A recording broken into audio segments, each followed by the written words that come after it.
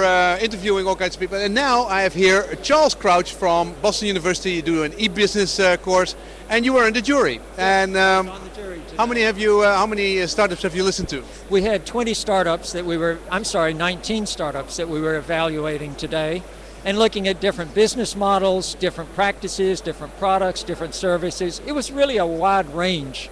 That I mean, we saw a bunch of these people, and they're all over the place. A lot of creative ideas.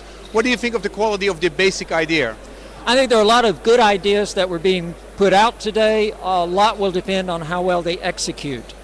Having a good idea is just not enough these days. You also have to be able to market that idea. And this is where I see a lot of technology companies still need to do some work.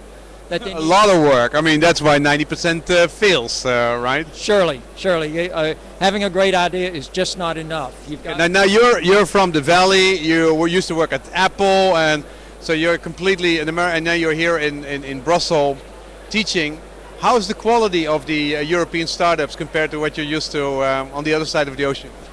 I think here in Brussels it's changing, and I find that really interesting. That I'm with a group here called the Beta Group. A year ago, there were some people coming. Now, if you go, there's 300 to 400 people coming to a meeting.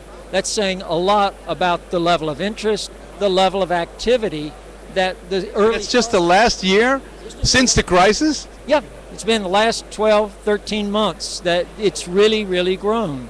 And I find that very interesting for the local market here.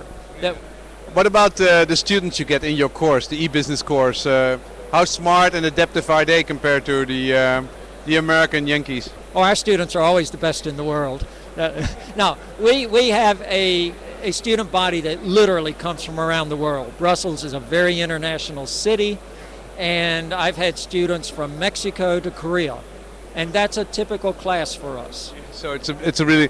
Now you were in Apple from which year to which year? I was there from 1988 to 1996. Yeah. So you saw Apple going down the tube? Several business cycles. I mean, it was up, it's down. It's a very cyclical industry. And that was always one of the challenges, working in that environment, to be able to handle the business cycles. Do you understand when Steve Jobs came back that it only has gone up since that time? It certainly has been great to see it, to see what Apple is... Do you understand what role he played in Apple so that a lot of the problems you had during your days, that they weren't happening at that time?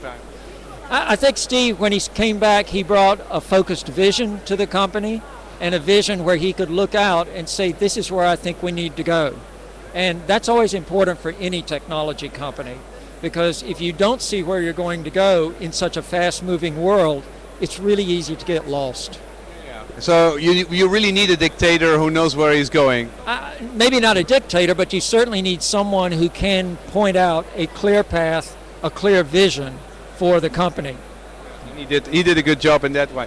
So is Europe going to be able to compete with the States and Asia in new startups? I would hope so. I like to see competition out there. But what you see here today? I think there's certainly some here that have promise. They're going to have to see how well they execute, how well they develop. Thank you very much. Sure.